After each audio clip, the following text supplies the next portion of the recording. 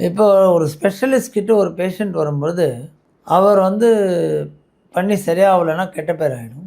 அவர் miss பண்ணிட்டாருன்னா பெரிய miss ஆயிடும். ஸோ, அவர் எடுத்த உடனே பெருசா தான் யோசிக்கணும். நீங்க அன்னைக்கு தான் முதல் தடவ உங்களுக்கு வயித்து வலி வந்திருக்கு. ஆனா, நீங்க ஸ்பெஷலிஸ்ட் கிட்ட நேரா போயிட்டீங்க. அவரு யானைய தான் யோசிக்கணும். அவர் பூனைய யோசிக்க முடியாது. உங்க ஃபேமிலி டாக்டர் கிட்ட போனீங்கன்னா, "ஏய் ஒண்ணும் இல்லடா. இந்தா போய் ஒரு ஆன்டாசிட் போடு. 2 நாள் பார்க்கலாம். சரியாவலைன்னா வா என்கிட்ட திரும்பி." அவர் என்ன பண்ணுவார், இவன் திரும்பி போக மாட்டான். 1 வாரம் கழிச்சு ஒரு பர்த்டே ஃபங்க்ஷனில் பார்ப்பார். "டேய் எனக்கு என்னாச்சு? ஏன் திரும்பி வரல? நான் உன்னை பற்றியே கவலைப்பட்டுட்டு இருந்தேன்" அப்படின்னு கேட்பார். அப்போ ஒரு ஃபேமிலி டாக்டர் கிட்ட போனால், இது சீரியஸா? இதுக்கு டெஸ்ட் எடுக்கணுமா? வேண்டாமா? இதுக்கு பவரா மருந்து கொடுக்கணுமா?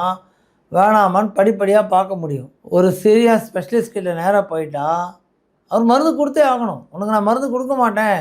நான் ஒன்றும் இல்லை 2 நாள் பார்க்கலாம், 1 வாரம் பார்க்கலாம்." யார் திரும்பி திரும்பி போய் அவருக்கு ரூ. 1000 கொடுக்குறது, ரூ.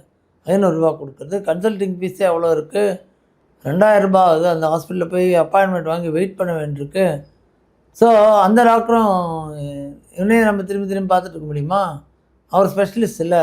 ஏன்னா இதை தவிர அவருக்கு ப்ராப்ளமேட்டிக் கேசஸ் வருது. ஸோ அதனால் இவன் திரும்பி வரக்கூடாதுன்னு தான் வைத்தியம் பண்ணணும்.